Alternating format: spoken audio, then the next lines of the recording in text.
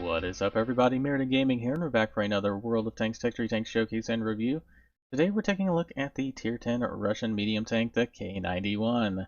If you're following along in the series, it's a little bit out of order, just because with that last patch, we are limited in the number of Ace Tanker gameplay replays that we have to use, so we will eventually get back to all those other ones we had to skip over, but for now, look at the K91. The first thing you will notice is it is a rear turreted medium tank, which is very rare. There's only it and the UDAs at this tier that have the rear turreted design. Now, unlike the UDAs, it does not have the siege mode, so you are limited to 5 degrees of gun depression over the front. But over the side, you have 9 degrees of gun depression. So if you are careful and kind of reverse diagonally up, you can use that gun depression to shoot over the tops of hills pretty well without exposing the rest of your hull. Now, what the tank is really designed for, or at least what most people try to use it as, is a side scraper, which at range it would probably work pretty well. You do have a few weak points on both sides here and here. Of course, your frontal hull armor is pretty weak. And then here in the turret, you side scrape out where you're at this angle, so this way, this is going to be a big weak point that they're going to try to hit. This side a little bit less vulnerable, but this is when you're brawling and at close range. Now, if you're at range and they're trying to hit you, you can see because typically most rounds lose penetration at range. This is the much better angle to side scrape at because there's a lot of spots where they only have a 25% chance, or it's an auto ricochet. Same thing for this other side. There's a lot smaller weak point here. But most people will try to hit you right here and right here respectively. Alright, let's go ahead and get over to the comparison. So I had a little bit of trouble trying to figure out what to compare this thing to because it's kind of a unique style of play. You can brawl with it technically, you can snipe with it even. It all depends on your equipment setup and your style of play.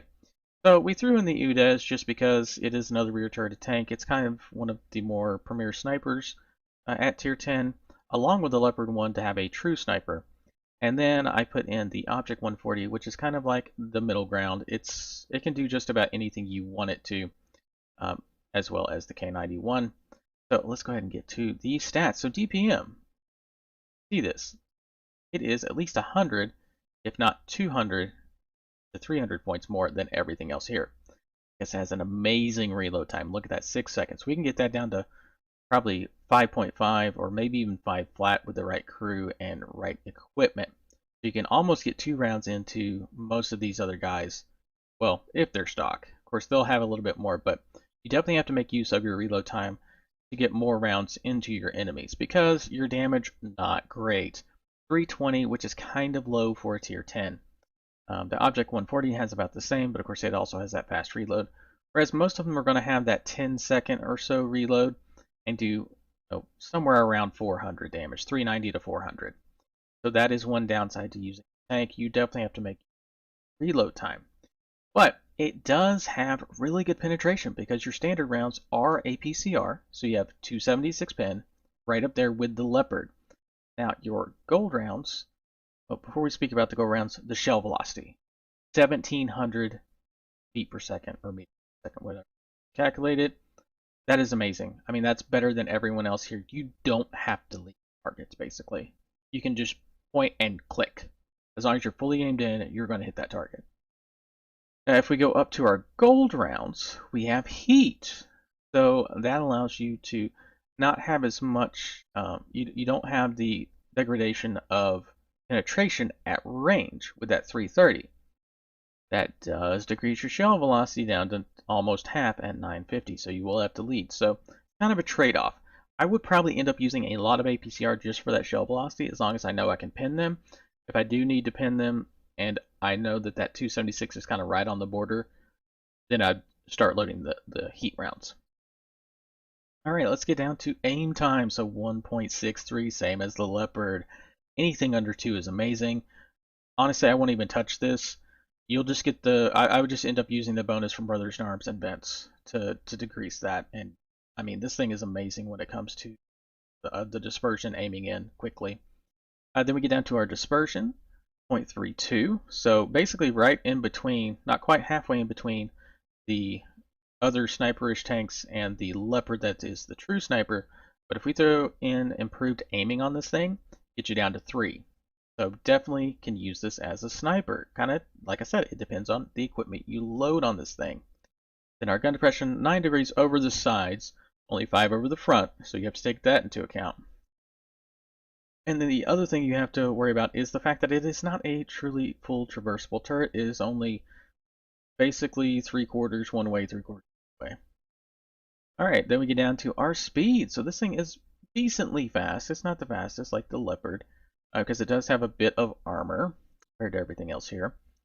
So you can get into position pretty well. As you can see, over hard and medium grounds, it is going to be able to maintain its speed, but as soon as you get into soft, that's where it loses its ability to outrun the other medium tanks here. Then we get down to our reverse speed, pretty good at 20, not as fast as some of the others, but it's decent, better than all the heavy tanks. The one thing it does lose out in, of course, is is the weight of the tank. It is pretty heavy. That's why it drops in the soft terrain. The speed drops so much. But it does have a decent power to weight ratio because it has quite a bit of engine power compared to everything else here. Then we get down to our armor. Like I said, this thing has some really good armor and is able to bounce quite a few rounds. You would have to have a, what is that? A 180 millimeter gun to overmatch the side armor. So yeah, you're pretty good. I think you're safe of not getting overmatched. 140 is kind of low in the hull, and that's where they're able to have those weak points in the front. But your turret, pretty decent. Almost up there with the 140. There are some stuff that can definitely overmatch that though, so you have to take that into account. Then we get down to our camo. So the camo, it's pretty good, not bad. You could play into this a little bit if you wanted to add the right skills, but it's still not the best. And then it does have a really good view range to allow you to spot for yourself, especially if you have recon and situational awareness. You'll definitely have max view range. So let's go ahead and switch over to the skills. So we're going to throw camouflage, feathers and arms. We'll probably have eventually concealment, recon, smooth ride. This is going to be a very heavy skill driven crew. Eventually you're going to want to have all those, probably eventually have clutch braking and off-road driving, but those are the ones that we really want to go for because that allows you to play the most versatile style of play. Alright, so we're going to throw on the vents, and this is kind of the one of the things where you could throw on the gun rammer, you could throw on improved aiming to make it more of a sniper level, or even maybe improved aiming and vertical stabilization. Or, it really depends on your style. Or you can lean into the spotting aspects of this thing and throw in coded optics. I'm going to go for the standard that most people run on the majority of their tanks. We're going to go gun rammer and the vertical stabilizers. There's also something to be said, since you're going to be side scraping and people will be hitting your tracks, that you could go for improved hardening to prevent your suspension from going down. But that's not necessarily something that I would run. Alright, so what's that do? That gets us down to 5.18. Dispersion down to 0.30. Not bad. Aim time down to 1.55. And let's see, our camo 37 stationary. That's really good. Almost 30. Like, this is the same level as like tier 8 light tanks. So yeah. Well, stock ones. At least somewhat upgraded. And then view range of basically max, because I never remember if it's 445 or 454. It's one of the two, but it's max either way. So definitely very handy. Now, of course, if you boost it over the top of that, it will get even better. Let's go ahead and go with the improved aiming, which is typically my setup, 0.29. Look at that, almost the same as the Leopard. So that depends on your playstyle. But anyway, let's get over to the gameplay now. Alright, so we are going to be watching Bad Player, love the name, in his K91 on Tundra. A couple different setups. As you can see, he's got, perfect armor split. Oh, running a turbo. Interesting choice.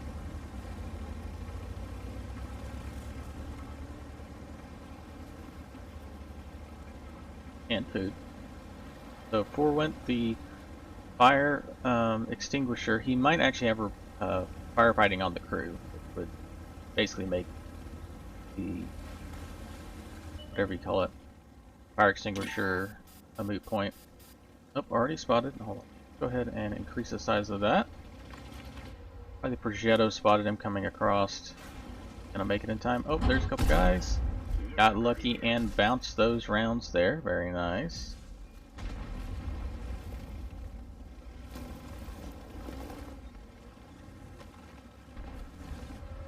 Use that gun depression here. Oh, things.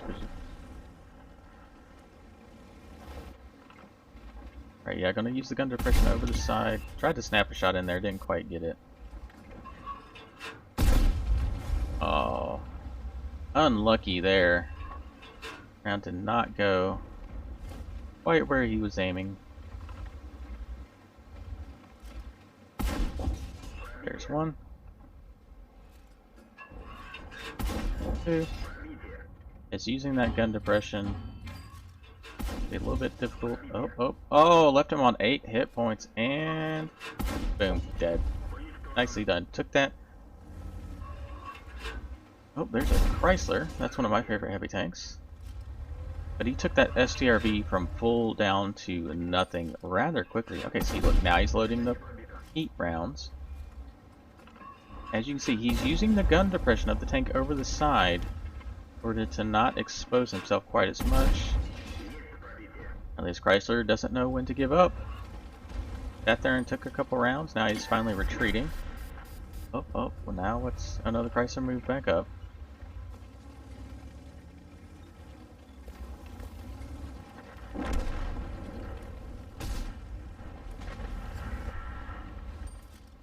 Alright, 1 kill, 2,000 damage. Oh, here comes the Chrysler again. I mean, look at that dispersion. I mean, it's almost like there's almost no way he can miss at that range.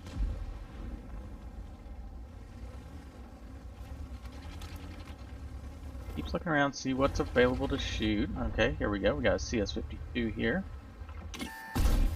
Oh, hit the ground again. He is not getting very lucky here.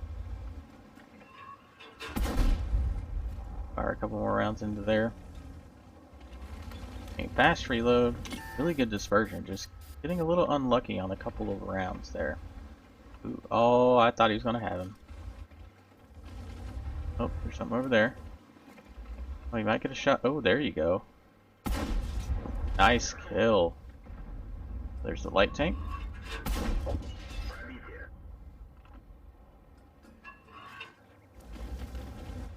Gotta be careful of this TD, those 2 TDs over on the right at B0. Nice hit. You can see, I mean, it's pinpoint accurate at range with that shell velocity. A little bit behind him there. Basically, if you aim at the front of the tank as it's moving, you're pretty much gonna hit it. He was aiming at the rear of the tank, so not quite there. Nice. Okay, actually, that position is not as much of a problem as I thought. Oh, there's a TVP. He's got to be careful not to get shot by him. Although I think his hull is hidden. Nice, another one down. Actually, the TVP doesn't see him. 1 round. Back up so he doesn't get spotted. Wow. Yep, so he's using this as more of a sniper. I think he hit part of the building there. That building is kind of hard to shoot through. Very small windows. Nice, right to the side. That's on the other side of that hill. Fairly even game. Already up to 4,700. 2,000 blocked. Wow. Yeah, there's definitely something. Oh, there's that CS trying to be annoying again. Not gonna be able to get a shot at that.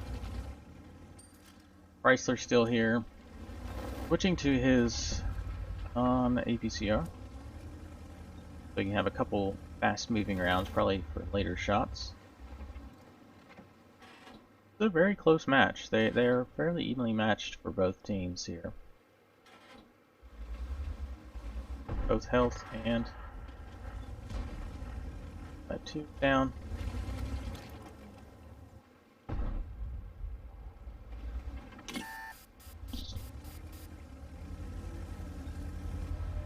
3 kills already. Nicely done. Oh, there's the 832. Is he gonna have shots at him around that corner? Nope, still around the corner, just a hair. Oh, the lion has moved up. Playing into that M48 ROM Ponzo. Not gonna have shots at that. Uh-oh. That's just him in the T-54, which is a little bit low on health. He might be able to finish off this Chrysler here.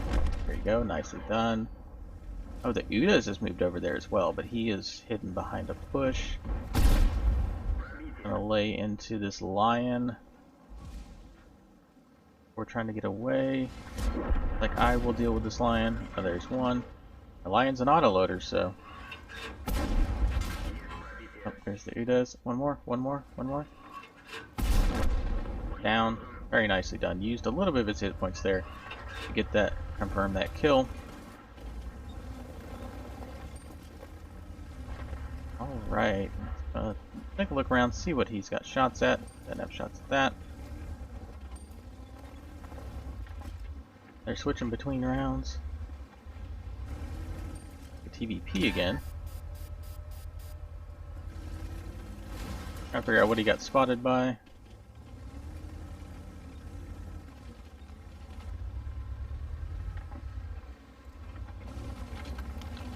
They are down tanks and HP now.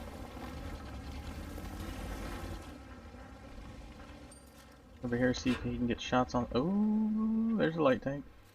There's a giant rock in the way. Spotted again. I'm wondering where that G-Sword is. I bet that G-Sword is probably what's spotting it.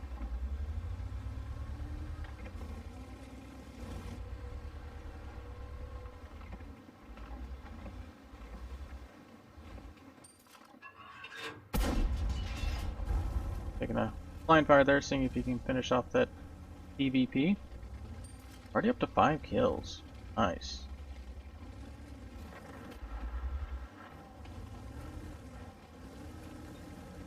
Oh, this is not looking good. Now they're down 5 tanks. Just him and the Char is basically overran. Yep, there's the G-Sword. Ooh. Now it is a 7, or is it 6? No, 7 on 1. Ugh. Starting to get good. Can he pull it off? What do you think?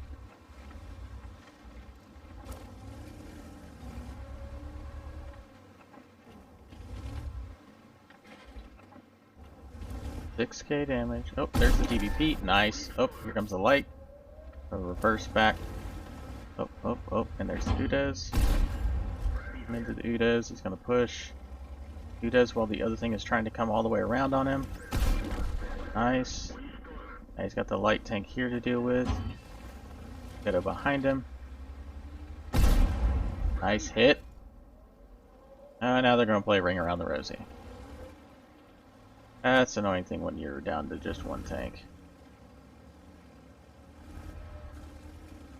I'm just gonna back up here because y'all have to come get me.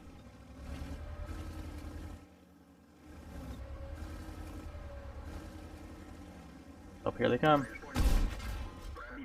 Ghetto, there's one round into him. Oh. Back off. Oh, Progetto bounced, so now he's got a really good chance here. Finish out the Progetto, because I think that was all 3 rounds. The Progetto's gonna run away. Light tank. Nice hit. Ram him, probably. Nope, gonna try to shoot him. Nice. Down to 6 rounds here. Ooh, nice hit on the Char. Another one down. Wow, look at this. Ooh, snuck that round in. Gonna have to worry about the cap pretty soon. 9K. Oh, his gun did something weird there. Goes. He's gonna have to try to run to cap. So that's a full health something. I'm not sure what tank that is. Oh, the 832. See if you can see him. The problem is there is a rock there that he can be hiding behind.